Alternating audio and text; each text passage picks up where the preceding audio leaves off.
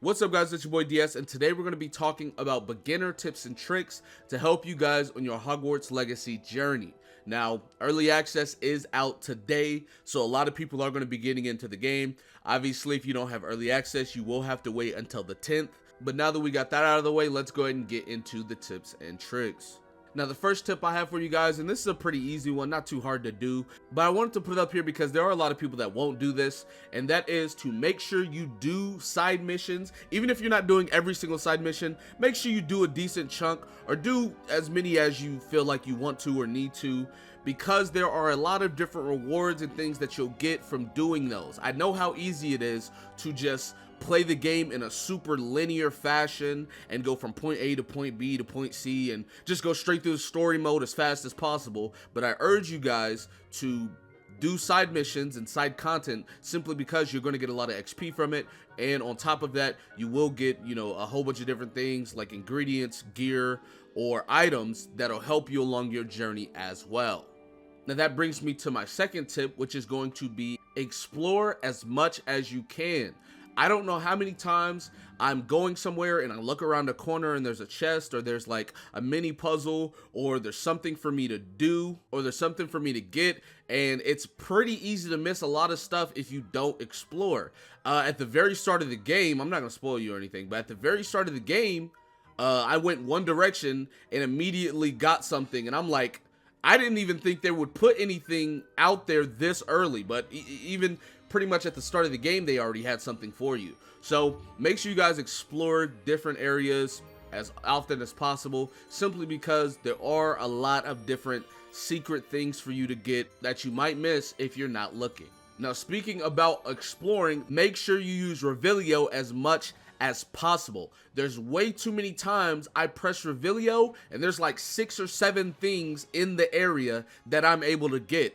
And if you guys ever use Revelio and you hear a bell, that means that there's a little paper contract thingy around in the area. So keep using it until you find it. But yeah, I'll use it, and then there's just multiple different things. Whether it's a couple of chests, there might be a chest on the other side of the wall, or if there's a puzzle or a secret or ingredients, whatever the case may be, make sure you're using it as often as possible, as much as possible, because you're going to miss out on a lot of different things if you're not using that either. Now, continuing on with the exploration and things like that, Accio and Levioso are not just for combat. I know how easy it is to autopilot these spells in combat and not use them out in the open world, but there are a lot of different things that you can grab towards you, or you can lift up to get something out while you're exploring. So make sure, even though Accio and Levioso seem like combat spells, their usability outside of combat is just as amazing.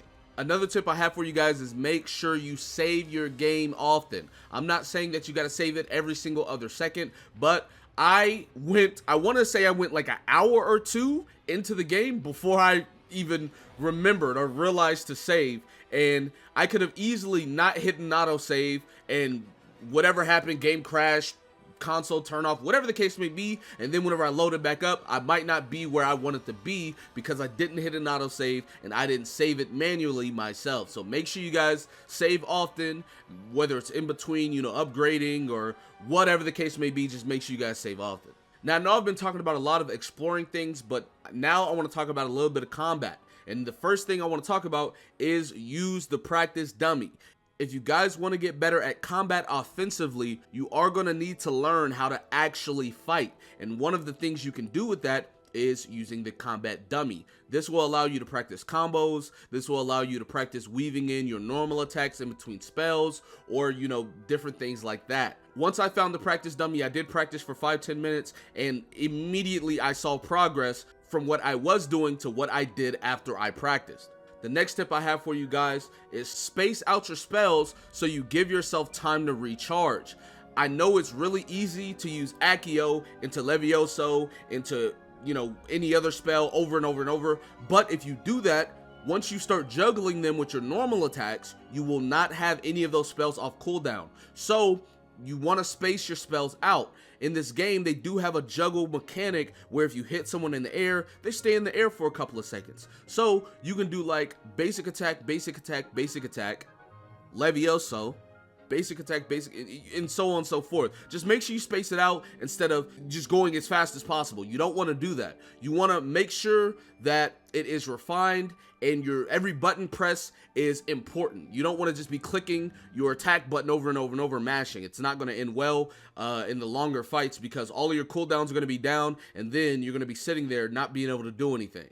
And that brings me to my third combat tip, and this is something I had to learn the hard way, but I learned it so you guys didn't have to.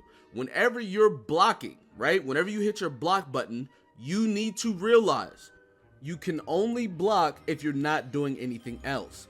You can block multiple moves in succession, but if you start to do Stupefy or anything else and they throw multiple moves at you, you will get hit.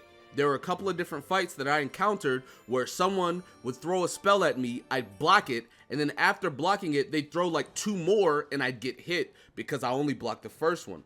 One of the things I found out is if you block but don't use Stupefy, your block comes up faster and there's not as much in lag. So you can block and just hold it for a bit. You can block into a block, or you can block into a dodge. But if you block and go on a Stupefy, you're locked into the animation, and if they shoot more than once, you're going to get hit. Next combat tip that I want to tell you guys about: do not hit bubbles that are not the spell typing. Now, I know that they teach you, oh, if they have a red bubble, you need to use a red spell to break the bubble. That's fine and all. But what they don't tell you is that if you throw any other moves at that character, it will bounce off them and ricochet. Now, sometimes it won't hit you, but there are times where it will hit you. That is also on the point of whenever you block and you Stupefy and they have a shield around them, Stupefy will also bounce off their barrier. So as far as hitting bubbles, you don't want to be just hitting bubbles over and over, because you're going to end up killing yourself. But anyways, these are a bunch of different tips and tricks for you guys starting off Hogwarts Legacy. That's going to be it for this video. Be sure to give it a like, subscribe to the channel if you're new. Let me know what you guys think in the comment section below. With that being said, I will see you guys next time. Peace.